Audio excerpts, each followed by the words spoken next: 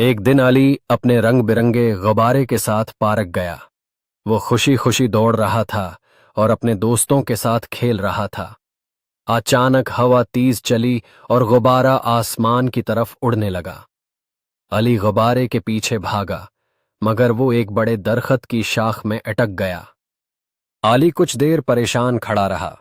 इतने में एक मेहरबान माली आया और उसने लंबी छड़ी से गुब्बारा आहिस्ता आहिस्ता नीचे उतार दिया। अली ने खुश होकर माली का शुक्रिया अदा किया। माली ने मुस्कुरा कर कहा, हमेशा दूसरों की मदद करना अच्छी बात होती है।